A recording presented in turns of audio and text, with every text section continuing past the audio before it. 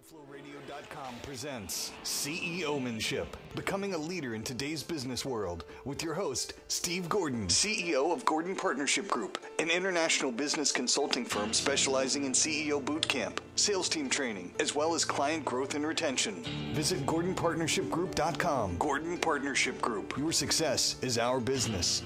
And now, here's your host, Steve Gordon. Welcome, everybody. This is Steve Gordon, and you're listening to CEOmanship on SoFlo Radio and SoFloTelevision.com. George. That was very rousing. That was a very rousing open there, Steve. Thank you. Thank you. I can pay attention to you now. Yes, for those of you who are... I always tell George we should leave the video monitor running a little bit before the show because there's a lot of fun that goes on that you guys don't get to see. A lot of mayhem. A lot of mayhem. Like George going, don't talk to me. Last-minute costume changes. I'm ignoring you, he says. It's because I'm a good producer, so I know when to ignore the host.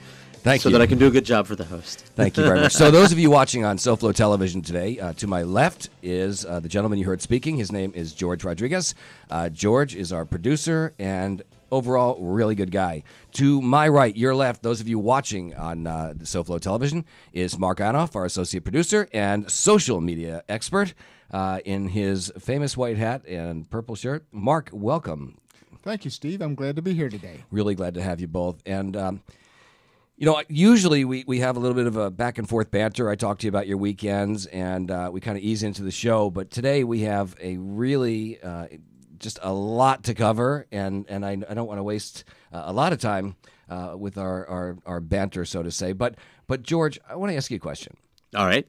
When you were growing up, and I recognize that our wives might say that we never grow up, but when we were younger, sure. Did you have anyone who was a really unbelievable influence in your life, maybe a teacher or a mentor that meant something so much to you that 10, 20, 30 years later, things came up? Maybe it was a conversation, something you heard, something you saw, and that influence resonated through you almost on a daily basis? Sure. Yeah, lots of people like that. Even the bad influences on my life resonated because they give me good examples of what not to do. But if you want a really good example, my middle school science teacher, Mr. Simpson, Charles Simpson, we called him Charlie.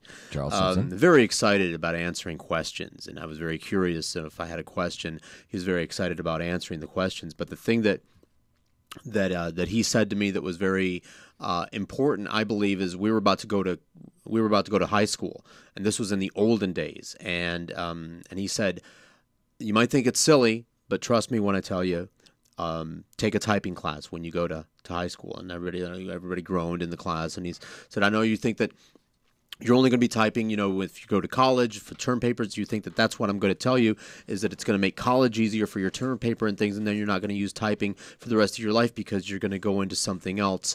But it's not because of that, it's because of computers." And, and in those days, it was like, Dexter Riley, the computer who wore tennis shoes. Sure. It's going to be computers. If you don't know how to interface with a computer, you're not going to be able to interface with the world. There's a personal typing class. It's a single semester. It'll just get you from, hunting and pecking to using all of your fingers, and it'll change your life later. Take a typing class. And I did because he had a great deal of credibility with me because of the fact that, he would answer questions and things like that. So on his advice, I took a typing class, and look at me now. It's really interesting because there have been several influences on me, but here you are. I know that you're 50 because we celebrated your 50th anniversary birthday recently. 50. You are 50, and so here we are, literally 3 decades or more later, and you're still recalling Mr. Simpson. Sure. And so there are always, I believe, in everyone's life, several people who touch you in a way that they impact your growth, and they impact who you become as a person, as a business person, as a husband or a wife, as a father, as a mother. And today's guest happens to be one of those people for me. It's interesting. You said Mr. Simpson told you to take a typing class. My father actually told me when I was in high school, or maybe going into my first year of college, he said, "Steve, I'm going to suggest that you do something similar, except it wasn't typing, it was public speaking." And, that was a really, really great move. I remember standing up in front of the room with a bunch of people. It was very nerve-wracking. But public speaking has served me well in so many ways, and it's advice that I give my own children, and I would give every client because it's important that we are comfortable to speak in front of people, whether it's at a dinner party or a social event or a children's soccer game or maybe even just doing a sales presentation. So very, very quickly, my name is Steve Gordon. I am the founder and the CEO of the Gordon Partnership Group. We are a full-service business consulting firm located here in Florida with clients around the world. And CEOmanship is a show that we run weekly on SoFlo Radio and SoFlo Television, focused on working with business owners, CEOs, upper management, sales managers to help you to grow your business. Please don't forget, after the show, you can visit CEOmanship.com and download or watch a copy of today's episode. I know you're going to want to watch it over and over again. And we're going to start something new. For those people who subscribe to our newsletter, each week we have a new series. I have a new series. It's a 3 to 5 minute video. And it's called Elevations, and you will want to subscribe so that you can be privy to the Elevations video to inspire, to lead, to motivate you as you go throughout your week. And so I appreciate in advance you taking the time to subscribe. And so with that said, I want to tell you a little bit about the gentleman that is our guest today. I want to bring you back about 30 some odd years, and I want to paint a picture for you. I was just out of college. My degree, as you know, was computer science, electrical engineering. I didn't really like programming. I lovingly joke these days that the closest I come to programming is downloading an app for my iPad or my iPhone. And even with that, I usually need help from my kids. But I will tell you that when I got out of school, I was hired by a small medical software company. And I realized very, very quickly that I didn't like to program. It just wasn't my style. I didn't like sitting at a desk all day. And after about 3 sleepless months, the owner of the company came to me and said, kind of good news, bad news. Bad news is we don't think you're kind of cutting it as a programmer. The good news is that we think you could be a great salesperson for our company. Now, I'd never really sold anything other than just being myself. And I was given a copy of a book by a gentleman named Tom Hopkins, and this book was How to Master the Art of Selling Anything. And I read this book like in a matter of days, and then I don't really recall how I found out, but I was informed that there was this thing called a 3-day boot camp. And it was in Los Angeles, and I lived in New York at the time. And I took all the money that I had saved from babysitting, from shoveling driveways in the winter, from doing magic shows in high school for kids' birthday parties, whatever I could do to earn a living back then. And I bought a plane ticket to Los Angeles, and I attended this 3-day boot camp. And I remember walking in probably the same suit that I had that I went to Sweet 16s in when I was in high school. And there were a lot of people. I mean, it felt to me like there had to be at least 1,000. And Tom, when we bring you on in a second, you could confirm what that number might have been. But I remember seeing these people in this room, and there were a lot of people that were really successful, beautiful clothes, beautiful watches and shoes, and attitudes of excitement and really great posture. And I thought, what am I doing in this room? I mean, I'm this little kid. I'm still like dripping sweat behind my ears. And I was determined. And I said, all right, I'm here. I've invested in myself. And Tom walks out on stage, and I said, all right, this is it. I'm going to take copious notes. I'm going to learn from the best of the best. I'm going to pay strict attention. And when everybody else goes out at night and has a little fun, I'm going back to my hotel room, and I'm going to sit there and study because I am determined that nobody was going to beat me in terms of all the exams. That I figured they could tie me if they got a perfect score, but they couldn't beat me. And I did. I ended up getting 100%. I have a copy of the test still. I see Tom laughing on the monitor. I have that, and unfortunately, in my move from Connecticut to Florida, it's still in storage. I would love to have brought it up on screen today. But Tom came up afterwards with his kids, a couple of his kids, daughter Tasha, I remember, and your son also came up, and you were really genuine, and you said, please come back anytime you want. And I attended many of these boot camps, probably 4, 5, 6 that I can recall. Tom and his wife had me to their home. They were courteous, they were gracious, they were giving. And, this is a gentleman who, in his early 20s, started in real estate by making around $42 a month, which is a great way to start a career in sales. But very, very quickly moved on to sell 365 homes in a single year. And that's unheard of, because for those of you doing the math, that comes out to 1 a day. He has become really America's, if not the world's, how-to sales trainer. Over 5 million people have attended the seminars and boot camps like I have. Corporations hire Tom. Managers have hired Tom. He's presented on over 5 continents. Folks like myself, millions of them, have benefited from his training. He's perfected his selling skills during his 8-year real estate career. Again, as I mentioned, over 365 homes in just 1 year. Since that time, he developed and customized his proven effective selling skills for over 250 industries. He's authored 18 books. Since the one that I continued to write books. I just finished reading the book that you see on screen right now. You see it on your screen. It's also on my desk. It's called When Buyers Say No. We'll definitely talk about that. This particular book sold more in 6 months, the first 6 months, than all his other books. So we're really excited, and we're going to talk about, I guess, what's called the circle of persuasion in a little bit. But I want you to know this gentleman in 2013 was the recipient of the Lifetime Achievement Award from the National Academy of Best-Selling Authors. He's dedicated his life to helping sales professionals and marketing professionals all over the world to improve their communication skills and increase their income and sales revenues. And so welcome to CEOmanship, Tom Hopkins. How are you, Tom? Gosh, that was a beautiful intro. I couldn't have written it better myself. Well, thank you, Tom. I wish I had an hour just to talk about what you've meant to me and to my family and to millions of other people who will be watching this in the future or live today. So thank you for taking time out of your busy day to join us. Good to be with you. So, Tom, first I want to ask you, because I've been telling people there were probably close to 1,000 people in that room. How many people? Am I accurate or am I just dreaming? No, that was pretty close. I can't give you the exact number because, again, that was many, many years ago. But back then, we would average between 800 and 1,200 folks. So I think 1,000 is a pretty darn accurate number.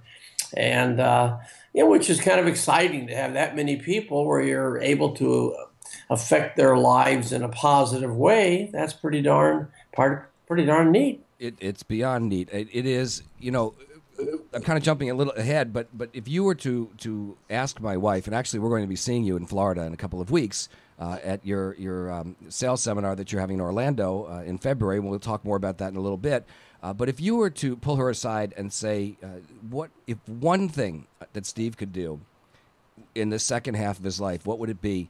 And she would say his drug of choice, his euphoria is to be on stage. And she would say that he always says, just like Tom Hopkins, to be able to help people, to move people the way that you have, to be so gracious and generous and yet so good at what you do. And so with that said, we talked about these 3-day boot camps and I know that you're doing one in Florida coming up, and I'll ask you a little bit about that. But, Tom, our audience is predominantly comprised of CEOs and business owners, sales managers, upper-level managers.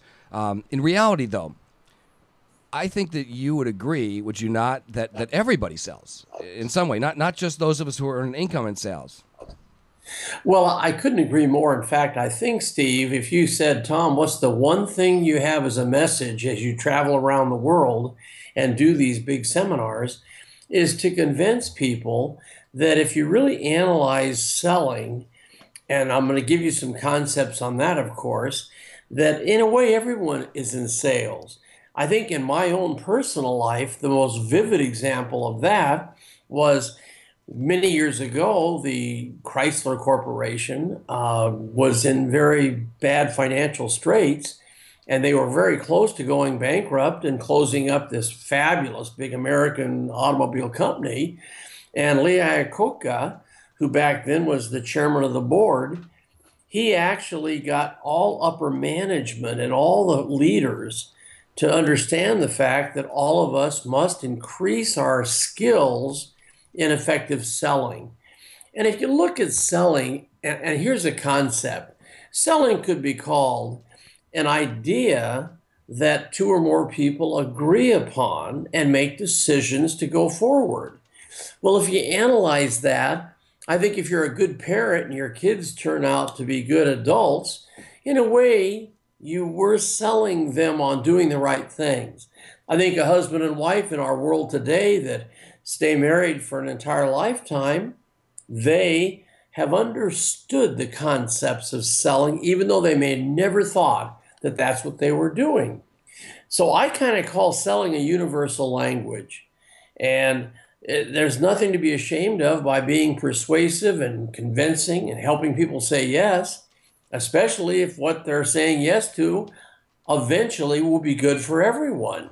Well, they do say that a great great sale is where everybody's happy. Everyone wins. When everybody wins. You win, the company wins, the profits are increased. And so, no, definitely, I think professional selling is a creation of a win-win relationship. I definitely believe in that. You know, it's interesting because today, when I coach younger folks, they're very into social media and a lot of hands-off. But I am still a firm believer that there has to be, as we say, pressing the flesh. It's so important to see each other, to understand people, because sales is a cultivation of a relationship, is it not? Definitely. And one of the challenges we have today is with all the electronic transactions, social media, the way to keep in touch and so forth with computers, that personal touch is left quite a bit. And I totally believe that the companies that will prosper the greatest in the next decade are the ones that get their people to be closer to their clients, communicate more effectively, follow up, stay in touch, and are constantly finding creative ways to give better service, thus creating a bond with their clients and their customers so that they keep them loyal and keep them doing business for many years with them. Well, you know, you're so right, because the cost of acquisition of a customer is really the most expensive piece. And so once you acquire that customer, it would be a horrific situation to lose that client because you didn't service them right. And, you know, one of the things that when we talk about customer service and relationships, you're right, it goes right down to the most basic situation. It could be walking into an office and that administrative assistant who smiles and says, "Good afternoon, Mr. Hopkins. How may I help you? Can I get you a cup of coffee?" Whatever, and gives you great service because that person is the face of the company at that moment to you. And I think a lot of companies forget that when they're training their teams. I mean, do you focus on that at all when you work with some of your larger clients? Oh, I definitely do. It's amazing how many companies don't stress the importance of the original contact, meaning that secretary, receptionist, that first contact, I think, has to be really trained on saying the right things to create a good feeling as soon as possible. And I know some companies, the receptionist and the assistant answering the phone, in a way, can be one of the most critical parts of that whole company. And service people that go out into the home or the office. These people, I think, need to be trained on how to establish a little more rapport, how to make the client feel glad that they called this company, how to let them know that, hey, we're here for the long haul. We want to earn the right to do business with you and your firm for many, many years. And all of these things are learned skills. Many people feel like you're just born a good communicator or you're born good with people. And I totally believe that the best people are the ones that are taught what to say, taught how to shake a hand properly, taught how on a telephone to establish rapport, bring down defense barriers, and get the person to agree to say yes to the meeting, the opportunity of an appointment, then listen to the presentation. Then they help them say yes to invest in the product. So if you and I were on the phone and you were calling me, and your initial goal, your first sale, as you just mentioned, is to set the appointment. And that's really That's because unless you're selling through the telephone, the majority of sales are done face to face or aren't going to be made in the first phone call. So how do you get through that barrier? I know in when buyers say no, you have a section where you talk about actually speaking with and making friends with the person who is the gatekeeper, as we call them.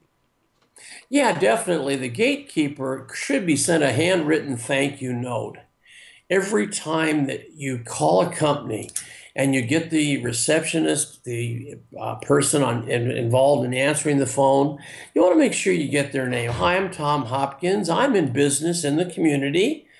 And who am I speaking with, please? Well, she says, this is Ann. I said, well, Ann, I'm so glad that I got to call your company and to talk with you. And I'm looking to talk with Mr. Brown. Is he in? Now, I know Mr. Brown is the decision maker. That's another thing people don't do today. They don't do enough research to find out who can say yes to the proposal. But now I've got Ann's name. I know the address. I'll immediately send her a little note. Dear Ann, I want to let you know how impressed I was by the way you answered the phone and the way you handled me. When I meet Mr. Brown and we start to do business, I'm going to be sure and let him know. Thank you again for a great job. Wow. These little things, Steve, make such a difference. Now, Ann gets this handwritten thank you note. She now has my name. I would put my business card in so she knows the company that I represent. But you'd be amazed how you make allies of all the subordinates in a company where they will help you not only do business, but they'll support the company doing business with you. And again, it's a long-term relationship thinking, not a one-time sale. It's so interesting because everybody is very quick to complain and to send a note when there's a challenge or something that affected them or they felt, or with social media today, it's so important that you diffuse issues right away. But most people don't do what you just said, which is to say thank you for great service on every level. Well, and one industry that over the years I have spent quite a bit of time working with their people is the restaurant businesses. And I've been hired numerous times to work with the waiters and waitresses. And I have a habit. If I get good service, a nice meal, the waiter or waitress is as pleasant and does everything right, I'll call the manager over. Now, at first, when I ask the representative, the waiter, could I please talk to your manager? Well, right away, they're nervous because maybe they did something wrong. And I call the manager over and I simply say, most people do not congratulate a company for having a good representative like your waiter, Steve. He was wonderful. And I hope at your meeting, you'll recognize him and let him know that Mr. Hopkins, who's a local business person, took the time to say, congratulations to the service that your people are giving. And I find over the years, when you give recognition to others, when you thank people, either in a written thank you note or just by letting them know how great they are, boy, it comes back 100-fold over the years with companies wanting to do business with you. The two most important words in the English language will always be thank you. I couldn't agree with you more, but I probably learned it from you, so that's why I'm saying it. It's interesting because some of our listeners could be thinking to themselves, well, why would the restaurant industry want to hire a sales trainer? But let's not forget that servers are commissioned salespeople, and they're typically working on a 15 or 20% commission. And your best servers are always the ones who come by and say, would you like a little coffee? Do you want dessert? No, thank you. We're on a diet. Well, let me just come show you what we have anyway. Maybe, all right, my wife and I will split one. And so I understand exactly how important it is to train, because that could truly increase restaurants' revenue substantially. Definitely. When I first met Paul Fleming, when he opened up the first P.F. Chang's back many years ago here in Scottsdale, Arizona, it was amazing how we spent time. He totally believed that everyone must sell and serve thinking more of making people feel good, because I know I go back to restaurants many times more because of the service and the good feeling of the people than just the food. Now, of course, if you have a combination of food and great service, you're going to have a long-term success in that business. And I think it's true with almost any industry. My wife Lori and I, our oldest daughter Taylor, is in hospitality, and she's about to graduate from a university down here in Florida, and she works for the Hilton Corporation right now. And sometimes she'll come back and tell us she's had some very, very tough clients or individuals come to the front desk, and she's a hostess, and she is the front line for that restaurant. And it's a very high-end restaurant in a very, very nice hotel here in Boca Raton, Florida. And, she is really buttoned up, and we constantly remind her that she has a job and not to take things personally. Because if someone is angry when they get to the restaurant, they were probably already angry before they left, and it wasn't about you. And so, it's all selling. It goes back to the initial we talked about at the beginning, is that everybody sells from the very, very beginning of the day till the end when we go to sleep. And if we do a good job and we sell with our spouses, we're selling. I'll just leave it at that. It's a family show. But you understand, we're selling all day back and forth. Tom, so true. Well, it is very important. What do we say again? A good sale is when both sides are happy. So that's right. Anyway, with that said, it's also been said that when we set goals, because here we are early in 2015, it's important to share those goals with other people, because a goal is not really a goal unless it's not only written down, but written down and shared with others. What do you feel about that? Well, I feel it's so critical that everybody that's now looking at us and so forth realizes that the average American is not a goal setter.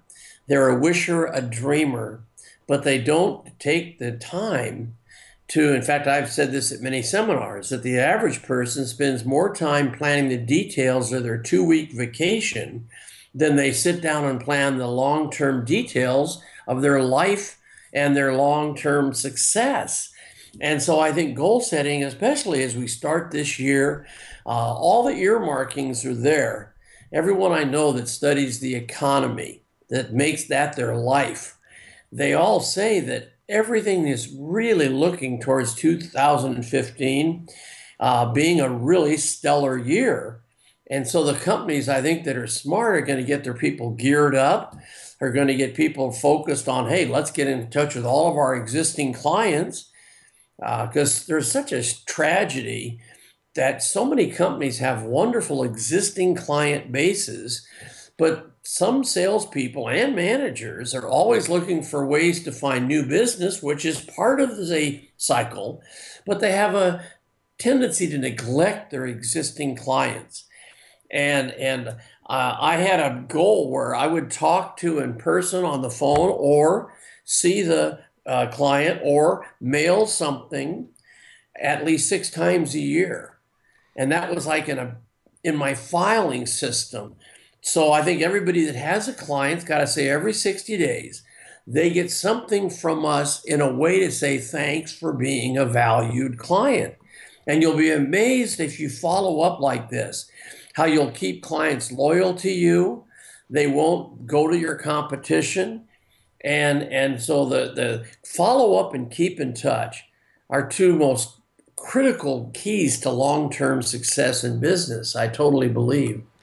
I remember one of the things that you taught us way back when was that to search and find information. So, for example, if I were trying to do business with you, or you're my existing client and I was doing business with you, and maybe you spoke at the local Rotary Club, or maybe your company had a great event, to physically clip out an article from the newspaper or a magazine and mail that with a little handwritten note, because it showed just a little bit more effort. And today with the internet, it's even easier to do that kind of research and send something that shows that you are just a little one step ahead of your competition. And those are the little things that set you apart. Just like you said, in fact, I got so busy after a few years that I had a woman who her main job was to go through the newspaper, local paper, find articles where we could send them to the owner of the business, congratulating them. And it was amazing how people would say, that was the nicest thing. You sent me this copy of an article about our company, and hey, we want to talk to you. And the little things make such a big difference in business today. Well, it goes back to that personal touch. So, we're talking about business today, and things are moving fast and furious. The internet is moving quickly. The world is moving quickly. Technology is moving quickly. The economy seems to be turning around. So we're talking now, where would you recommend, if you were to coach a sales team right now on new places to find potential clients, where would you start? Well, the first thing I would do, and of course, this has to be a real general answer, but I would, in a way, tell all my salespeople, as a manager or an owner, that we want you to either call or send a nice note to the company thanking them for being valued clients, and then let them know that upper management, and you always want to say upper management, because see, in a way, what you're saying is, I'm only asking you this because my boss has asked me to ask you. Now, many people will say, I know what you mean. Okay, so it's part of your job.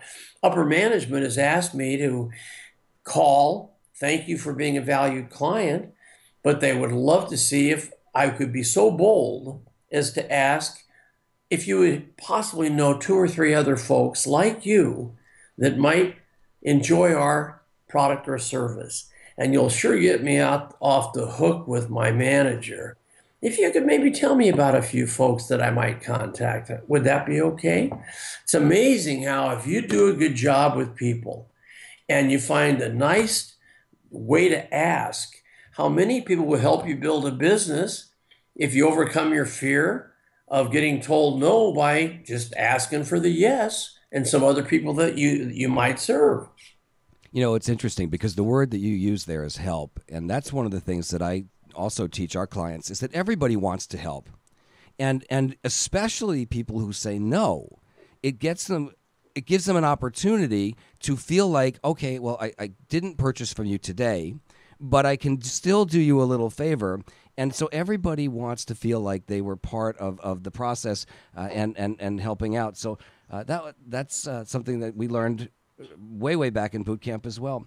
Tom, we are going to take a break in a second, but when we come back, we're going to talk about when buyers say no. We want to talk about your 2-day sales academy in Orlando, and I have a couple of other trick questions for you that our audience is dying to know. For those of you listening live right now, you can tweet us at the @ Mark Anoff, MarkAnoff, with questions for Tom. And if we have some time at the end, we will be happy to answer those, or at least send them over to Tom for his ability to answer. So this is Steve Gordon. You're listening to CEOmanship on SoFloRadio.com. More CEOmanship with Steve Gordon next on SoFloRadio.com. By the Glass. By the Glass is a show about beverage culture. Brad Hubbard. What I'm going to do is I'm going to connect the dots on how everything works together. It's really all about how we enjoy things, how we enjoy life, and how beverages play a big part in that. I'm going to bring in people that are going to display their aspect of the culture. I'm going to bring in people that are going to show you different products. We're going to look at places where people go to consume these beverages and how they all interact. Things are built around the actual beverage itself. By the Glass. Thursdays from 6 to 7. Only on SoFloRadio.com.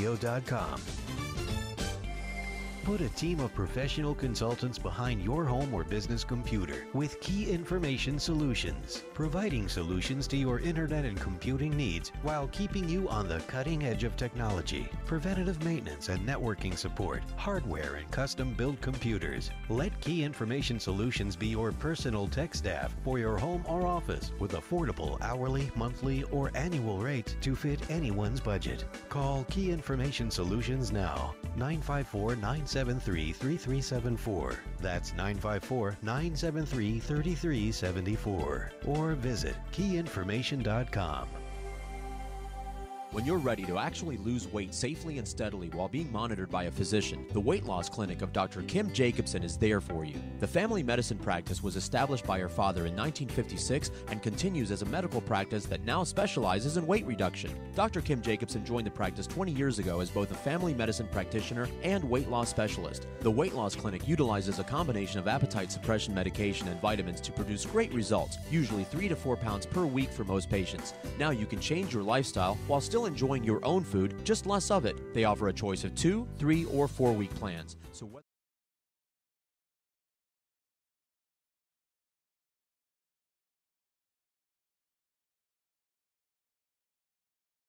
Street and Biscayne Boulevard. Call them at 305-751-0091. They'll be happy to answer any and all of your questions. That's 305-751-0091. Get started on a beautiful new body today with Dr. Kim Jacobson and the Weight Loss Clinic. Now, back to CEOmanship with Steve Gordon on SoFloRadio.com. We are back, and we're back with Tom Hopkins, global sales trainer, speaker, best-selling author, and really great guy. Tom, when you wrote How to Master the Art of Selling Anything, you referred to the best of the best as champions. And so my question to you is, A, how do you define a champion? And B, what are the common characteristics that over the years that you've been working with corporations that you see in someone that you would define as a champion? Well, originally, Steve, when I founded our company, it was called Champions Unlimited. That was the name of the company. It wasn't like it is today, Tom Hopkins International. But my goal was to train people in the field of sales and marketing to not just be good, but to become a champion. And there's no way you can say the word champion without putting a person in a category of being the very best. And a champion architect builds the most beautiful buildings. A champion athlete is winning most of the games and becomes in the Hall of Fame. And a champion salesperson is the one that, produces the most income for the company.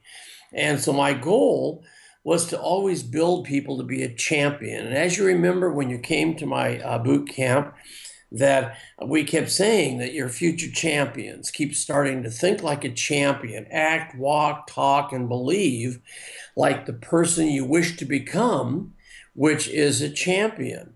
And so I really have always felt that, first of all, a champion realizes a few key disciplines.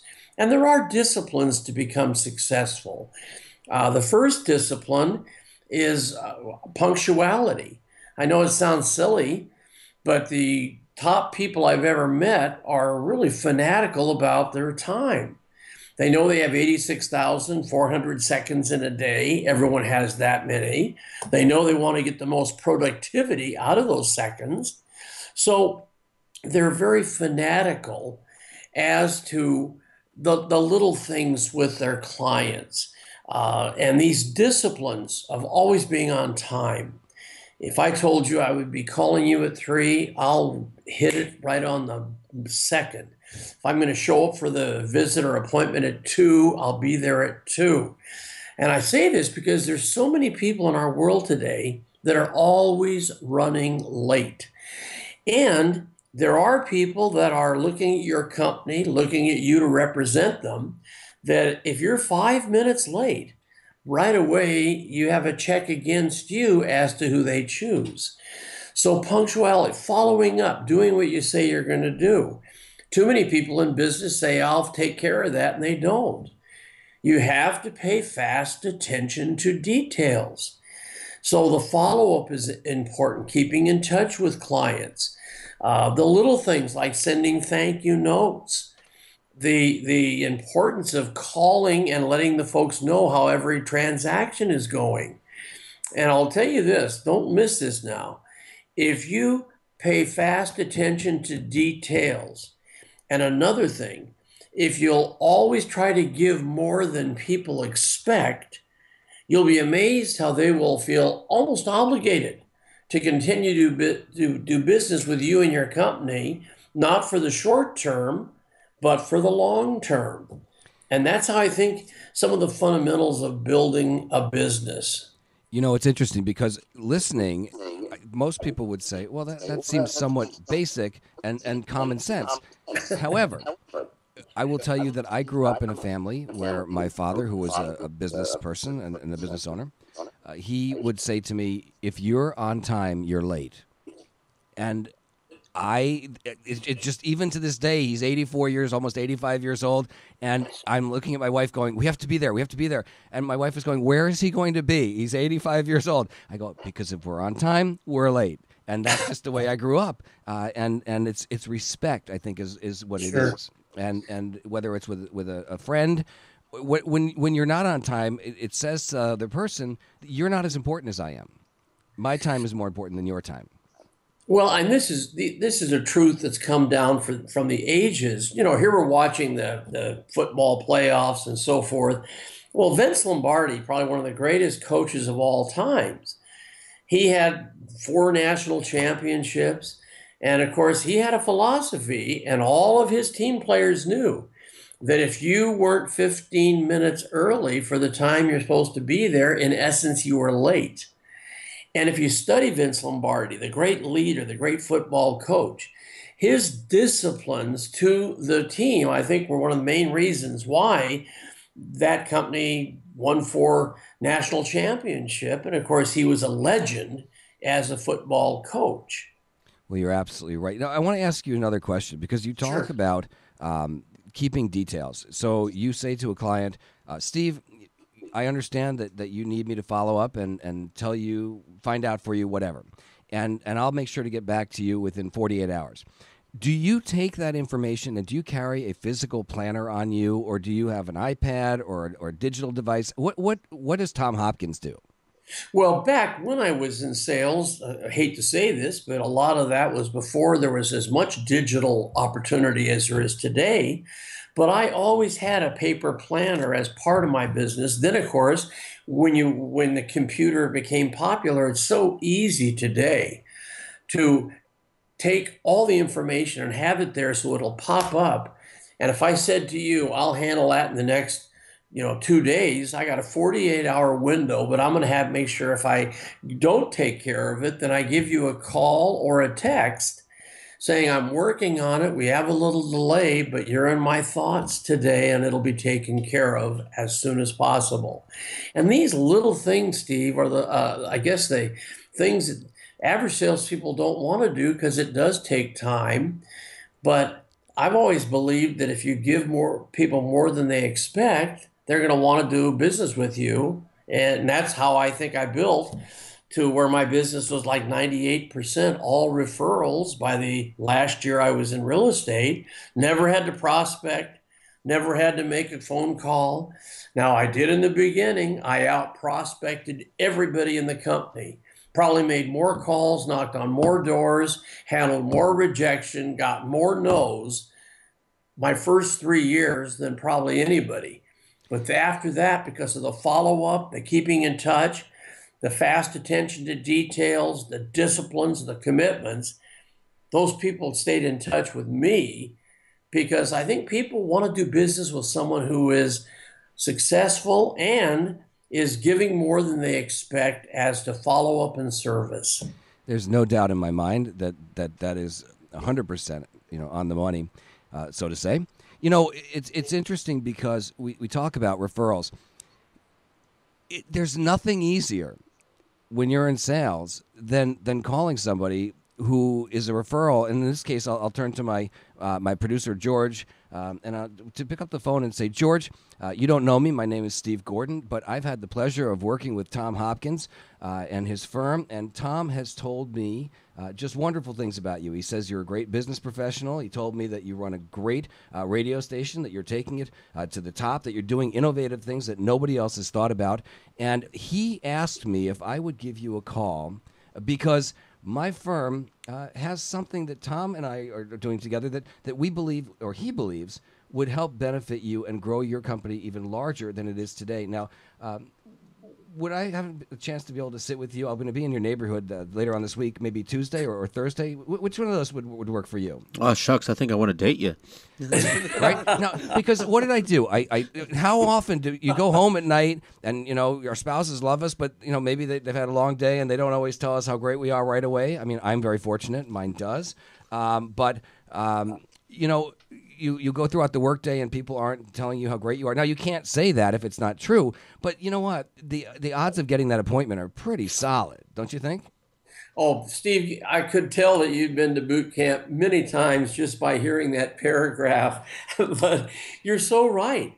I mean, it's not so much what you say, but how you say it. And again, if you come across with sincerity, they can tell that you're, not just trying to sell them, but looking for a long-term opportunity to do business with them. It's amazing how people are open. And that paragraph that you just said, I heard so many of the key little points that I think we covered at boot camp. But yeah, I mean, it's not so much what you say, how you say it, but people have to learn what to say properly if they're going to get the end result, which is the yes to do business, the yes to try the product, the yes to let you have a long-term chance of serving them. And I also think that it's important to have enthusiasm, because you once taught us that if you look around the room and you're at a party and you're sitting with a group of people that are kind of boring a little bit. I mean, maybe not boring, but it's quiet. And there's a group on the other side of the room and they're all laughing. Where do you want to be? You want to be with the energetic, enthusiastic people. And it's the same thing when we're selling, because people want to be around upbeat, positive, great people, and they want to feel that energy. How many times have you heard someone say to you, I want what you're having. I want what you're on, Tom. and that's just life. It's great. You said something else earlier, too. You said, we talked about champions. You talked about teaching them to see their future. And one of the things that I firmly believe in, and you and I had this conversation the other day when we were on the phone, is how important it is to sort of put things out there, to tell the universe that this is what I'm going to do. I said to you that when I started the show, I made a list of certain people that I would be honored to have on my show, and you were right there at the top. And it was only a matter of about 3 months before we started to communicate, and here we are on the show. But if I hadn't put it out there and I hadn't told people that I would like to connect with Tom Hopkins again after 30 years and have a conversation with him, and now we're going to be meeting each other face-to-face in Orlando in a few weeks, it's so important as part of our goals to get that message out there, don't you think? Oh, definitely. And in any type of goal setting, you have to visualize it in your mind. Then you have to ardently desire it. And the word ardently means, man, I'm passionate about getting this. And then you have to commit to it. And then the fourth is put it in writing.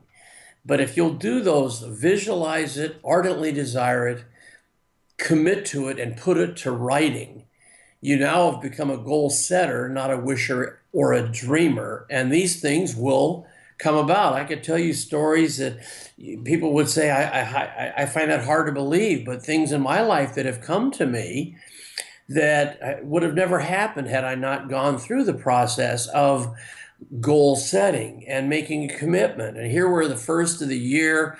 We have a fabulous year for all of us.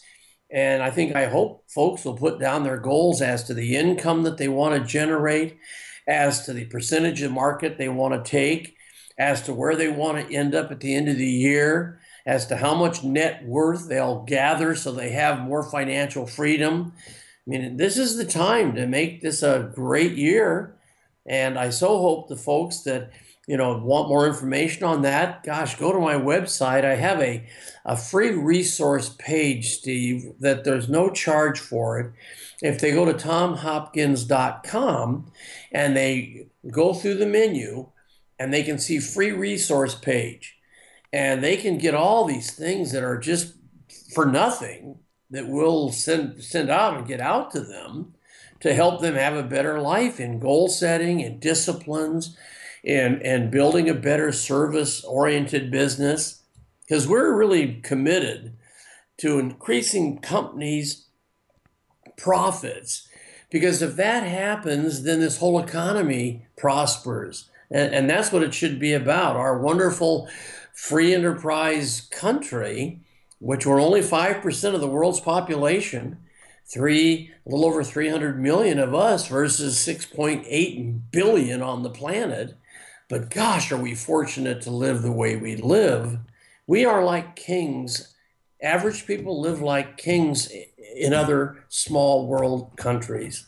Well, thank you, first of all, for offering those resources to our listeners. And I hope that every one of you will take advantage and go today to tomhopkins.com and go through those resources. And while you're there, I'm going to tell you that I am an ardent believer in continuing my education, because when you stop learning, you stop growing. And so it's important that we always realize that we need to surround ourselves with people who are smarter than we are, and that know more than we do, and that are willing to teach us and mentor us. And, Tom is one of those great people. He's written so many books. As I mentioned, I just finished reading When Buyers Say No, and it was great. There were a lot of things in there that I read them, and I go, wow, I remember that from way back. But it's just great to get a refresher and have that. The other thing is to get out and invest in yourself. If you're not willing to invest in your personal growth, remember at the beginning of the show, I said I took every penny that I had, and I believed in myself, and I believed in Tom, and I knew that if I just got out there and spent, in those days it was 3 days. Now, right now you have what they call the 2-day sales academy. I think you mentioned to me, because corporations are having a little bit tougher time letting their employees go for 3 days. For those of us who are in the Florida area, and frankly, you know what? It's in Orlando, right? Is it at the Hilton? Yes, Orlando Hilton, February 20th and 21st, Friday, Saturday, and we're going to have a powerful 2 days. And yes, right there in Orlando, and I'm thrilled you're going to be coming by. Thank you. I can't wait. You know what, Tom? I just want to tell our listeners, I don't care where you live. Orlando is such an easy airport to get to. I don't care if you're listening onto our online version right now and you're in London, or you're out in California, or you're up in New York or Connecticut or anywhere else. Make the decision to change your life. Make the decision to better yourself, because what you learn in those 2 days, and I can speak from a lot of experience, will change you forever. It will make you a better person. It will make you more successful. It'll make you a better mate. It'll make you a better parent. It'll make you a better communicator. You will surround yourself with great positive people, and that's what you want to start your life and start your year and start your day with great people around you. I can tell you that there are people that I met back then that I still connect with, and that's what you want. You want to make it. Business is about connections. It's who you know and who they know. Would you agree with that, Tom? Oh, definitely. And I have friends of mine that say, I came to boot camp 20 years ago, and I still keep in touch with these folks. They send me referrals. I send them referrals. And yeah, and I've tried to not skip anything out of the 3-day that we put it into the 2-day. So I don't want people to think, well, it's not the old 3-day. It's got all the meat. And I teach it all. We have no other speakers. I'll be speaking 16 hours. Wow. And I have a wonderful workbook, a 60-page manual that they all get, so they can do like you did. You study, you have a fun quizzing, and then you get to go home and work with it with your family. And let's be real, Tom. Quizzing is not fun. but the results that you get from participating and learning, that's a lot of fun. But you know what? It's interesting. So where does Tom Hopkins go? I understand that you even continue, and you've been a part in what we call, I guess, these Get Motivated seminars recently. Right. What is that?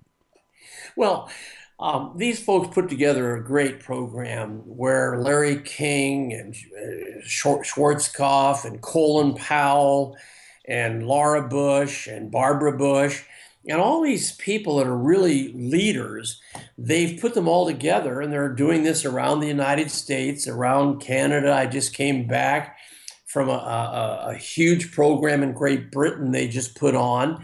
And so they are really wonderful programs, very reasonably priced. I'm sure most of the folks that are involved in self-improvement have either heard their information or seen their full-page ads on them. But, it's so important you keep looking for ways to fill your mind with knowledge, because there is a basic truth that knowledge is definitely power when properly applied to the right people. So keep a quest for knowledge up, all the folks with us today. And Steve, it's great that you have such a commitment to helping people have a better life. And your show certainly, I think, is something that a person should say, hey, I'm going to hear the message over and over. I'm going to try to internalize it, because you don't really learn it when you hear it once. You have to have repetition, which I call the mother of learning. Well, first of all, thank you, and I appreciate you taking the time out of your day. We have a few minutes left, and one of the things that you and I talked about before we say goodbye to our audience was the art of questioning and listening. Those are the two greatest art forms, I think, in effective communication, is becoming a master questioner. I even have a little title. I say, become a master asker. Because if you're a master asker, you're going to get the other person to let you know what you need to know to help them say yes to the next opportunity. And that, I think, has been one of the main concepts. I was so thrilled when I wrote my latest book, number 18, When Buyers Says No, because you don't really have a selling situation of anything until they say no. But when they say no, that's when the job starts. So I've had such a great experience in having folks comment that this book really isolates.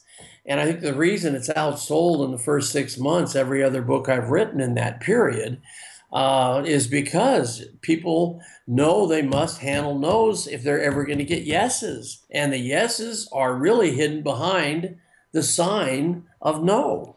And so that goes back to what you call the circle of persuasion. Yes. And my co-author, and I don't want to spend a lot of time on it, my co-author had the circle of persuasion, and he and I combined to take all of my questioning and listening skills and combine it with the circle of persuasion. And I mean, we've just received raves because people are saying, man, I needed to know what to say, not when they say, yes, I can handle that. But when they say no, that's when I have to learn how to go and turn that no into a yes. Wow. This was great. I can't thank you enough. The great Tom Hopkins. Thank you, Steve, so much. Don't forget, everybody, when you leave this show today, and for those of you that are not listening and driving, but for those of you who are at your computer right now, when the show's over, please go to tomhopkins.com. Take advantage of the free resources that Tom spoke about earlier. Invest in yourself. Invest in your future. If you're a parent, if you're a spouse, invest in your family. It's worth everything. Believe in yourself. Decide. Make a decision that this is going to be the greatest year of your life, and then start from the end. Tom talked about putting down your goals, figuring out what your income would be this year. I'm a firm believer in saying, well, if you want to make X this year, then what do we have to do? How do we divide that by month, by week, by day, sometimes by hour? Then how many phone calls will it take to get those appointments, to get those presentations, to sit down with those people that are going to give us the opportunity to make that kind of money? Please take the time to go to Tom's site. Make a decision to try to get to Orlando in February. As Tom mentioned, I'm going to be there, and I can't wait to see all of you. And I know that Tom feels the same way. Please go to my website, CEOmanship.com, and make sure you subscribe to our newsletter because we're going to start, as of this week, a new program called Elevations. And Elevations is a weekly video podcast that will help you grow as a person and to inspire, hopefully, and motivate you to become the best that you can be today, tomorrow, and the rest of your life. And so only those that subscribe to the newsletter can be part of the Elevations program. Mark Anoff, thank you for your tweeting and your posting and your help today. I appreciate you very, very much. George Rodriguez, you are, as always, great, manning the board, throwing in the answers to those questions. Yo. Again, my name is Steve Gordon. I am the CEO of the Gordon Partnership Group down here in Florida, but we have clients around the world. You can visit us at gordonpartnership.com or, of course, watch this episode over and over again because there were tremendous nuggets. I know I can't wait to go back and watch this and learn. So go to CEOmanship.com to watch this video. Tweet it, share it, post it, tell your friends about Tom. Tom, again, thank you. It's been great. We will be back next Monday, 2 p.m. Eastern. This is Steve Gordon, CEOmanship on SoFloRadio.com.